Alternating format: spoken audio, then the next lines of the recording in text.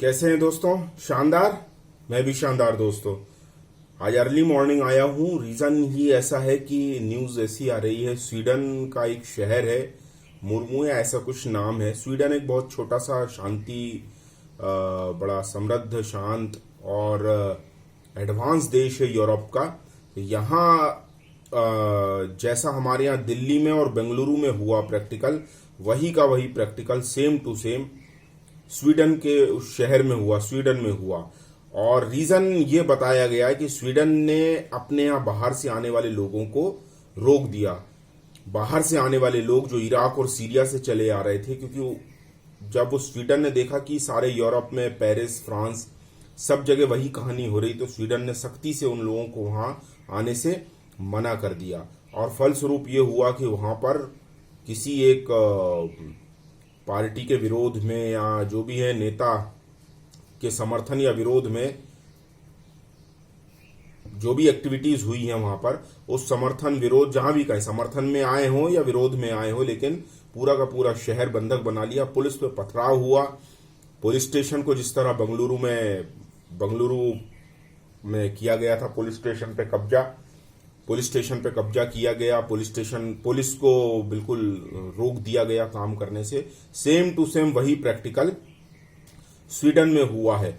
आप ये नहीं कह सकते कि भारत में ही इस तरह की घटनाएं हैं। इस तरह की घटनाएं स्वीडन, यूरोप जैसे शांत, समृद्ध और एडवांस जहां पे सुविधाएं हैं, नागरिक सुविधाएं, वहां पर भी आप देख सकते हैं। हमारे यहाँ पर बहुत बार जो सूडो इंटेलेक्चुअल है वो ये कह देते हैं कि फलाने को ये नहीं मिला, ठिकाने को ये नहीं मिला, वो गरीब झोपड़ी में रहता था, भूखा था, प्यासा था, ये था। स्वीडन में जहाँ कई शहरों की ही आबादी मुश्किल से 1,50,000 है, कई जगह पर 1,00,000, 2,00,000, 5,00,000 ज्यादा से ज्यादा वहीं रहते हैं। वहां पे अगर सोचिए 5 या 10 लाख या 2 लाख बाहर से लोग आकर रहने लगेंगे, तो वो तो पूरा शहर का शहर ही अलग ही उसका जो डेमोग्राफी है, लोग हैं, जो पूरा समाज ही बदल जाएगा। भाई एक मोहल्ले में मान लो 100 घर है, 200 परिवार और अगर वहां पर आ गए, तो वो मोहल्ले में जो 100 लोग रहते हैं, जिस तरीके से सोच विचार वाले, वो बाहर से हजारों किलोमीटर दूर से आने वाले लोगों को एकदम कैसे एडजस्ट कर सकते हैं? कोई भी समाज धीरे धीरे बनता है ना। 100 लोगों में 1 या 2 लोग नए जो है वो एडजस्ट किए जा सकते हैं, लेकिन 100 लोगों के परिवार में, 100 परिवारों में 200 परिवार अगर आ जाएं, तो वो फिर कैसे एडजस्ट होंगे? वो तो पूरा उनका ताना बाना ही बिगड़ जाएगा। अब यहां पे मैं पिछले वीडियो में भी आपको कहता आया हूं, मेरी बात अगर यहां से स्वीडन और वहां के नागरिकों तक पहुंच रही है ज्यादा से ज्यादा जगहों से, ये अमेरिका में भी जो 9/11 हुआ था, भारत में 26/11 हुआ था, मुंबई अटैक हुआ, ये सारा एक ही ताना बाना है, सारा एक ही कड़ियां हैं, जो दुनिया भर के जो नेतृत्व हैं उनको अब यहां पर सोचना चाहिए। पहले भारत अकेला इस तरह के टेररिज्म से जो शहर के शहर बंधक बना दिए जाते हैं, इस तरह की मानसिकता जो है उससे भारत अकेला लड़ रहा था। लेकिन जब से 9/11 हुआ है अमेरिका के ऊपर, सारा यूरोप और सारा अमेरिका इससे थर्रा गया। और आज पेरिस हो रहा है, फ्रांस हो रहा है, स्वीडन हो रहा है, और यूरोप के तो छोटे छोटे देश, तो उनकी तो आप समझिए उनकी पूरी डेमोग्राफी ही बदल गई, पूरे समाज का ताना बाना ही बदल गया है। जहां पे उन्होंने कभी रात में शोर नहीं सुना होगा, आज वो सरेआम मतलब रात में कुत्ते भी नहीं भौंकते होंगे वहां पर। चिड़िया भी सुबह चहकती होगी तो एक दो ही चिड़िया आती होंगी, लेकिन अब वहां पे सरेराह कर्कश नारे लग रहे हैं और आगजनी हो रही है और शहर के शहर थर्रा दिए जा रहे हैं।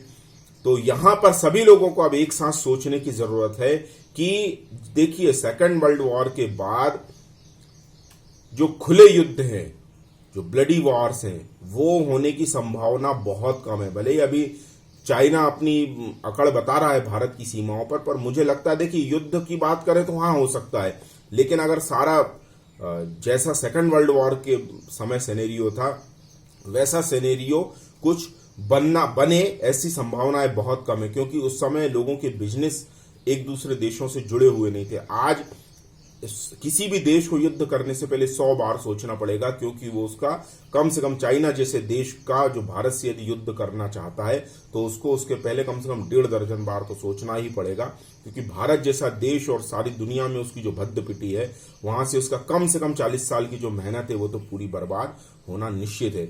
यहां पर मैं ये कहना चाह रहा हूं कि दुनिया भर के जो आज कम से कम पुलिसिंग हेड हैं, जो पुलिस हेड है, हमारे यहाँ एनएसए हैं, हमारे यहाँ एनएसए हैं जो नेशनल सिक्योरिटी एडवाइजर हैं हमारे पीएम प्रधानमंत्री नरेंद्र मोदी के, अजीत डोवाल, ऐसे जो सिक्योरिटी हेड हैं वो दुनिया भर के सिक्योरिटी हेड्स को आज एक साथ आने की जरूरत है।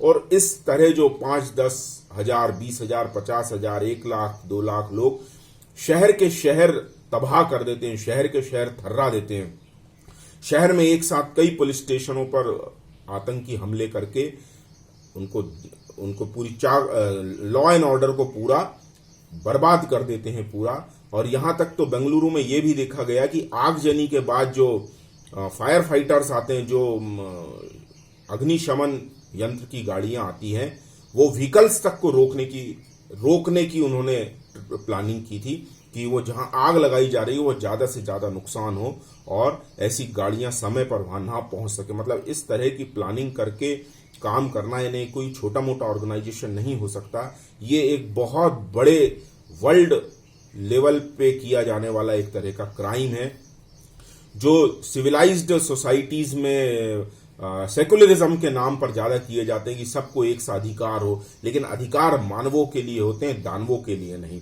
यहां मैं भारत की भी सरकारों सहित यूरोप की भी तमाम सरकारों से यही अनुरोध और अपेक्षा करना चाहता हूं, आप लोग जितने जल्दी हो सके भारत से ये समझिए, भारत आज नहीं पिछले 4 दशकों से इस तरह के हमले और आतंक से पीड़ित है। पुलिस को हमें स्ट्रांग करना पड़ेगा, सीएए जैसे जो नागरिकता कानून है उनको सख्त करना पड़ेगा। जैसे बांग्लादेश से हमारे यहां ढेर लोग चले आ रहे थे, हर दिन हजारों लोग बांग्लादेश से यहां घुस रहे थे, तो हमारी उसमें क्या गलती थी? बांग्लादेश में कत्लेआम हो रहा था जो पाकिस्तान कर रहा था, और वो हजारों लोग हमारे यहां कलकत्ता, बंगाल, जो आधा बंगाल हमारे पास था, वो वाले पूर्वी बंगाल से पश्चिम बंगाल जो भारत में है, वहां से हजारों हजार लोग बांग्लादेशी लोग घुसे चले आ रहे थे। पूरे असम की डेमोग्राफी बदल दी। जो असम का नेटिव लोग थे आज वही अपने जीवन के लिए, जीवन और मौत से, अपने अस्तित्व से संघर्ष कर रहे हैं। तो इस तरह की जो आतंक फैलाए जाते हैं उन सब पे रोक लगाने के लिए आज हमारी पुलिसिंग जो है, पुलिसिंग को बहुत मिलिट्री लेवल पे हमारी पुलिसिंग को अलर्ट करना होगा कि यहां पर यदि देख लीजिए कि अगर मान लीजिए पुलिस लेवल में कोई थाना प्रभारी या एसएचओ स्तर का व्यक्ति अगर अपने सीनियर्स को कोई ऑर्डर मांग रहा है कि हमें गोली चलाने का आदेश दिया जाए, गोली चलाने का आदेश दिया जाए,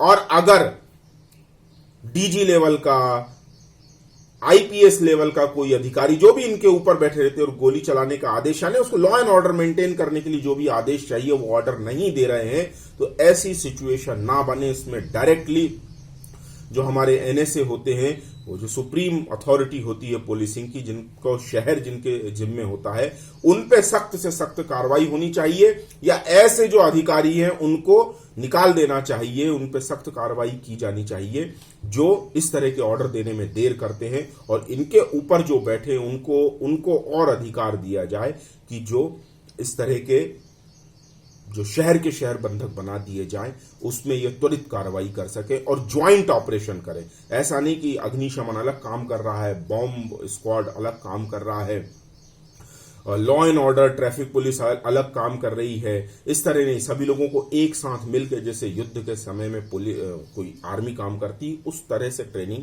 पुलिस को दी जानी चाहिए। यही मैं अपनी बात पूरी करता हूं दोस्तों।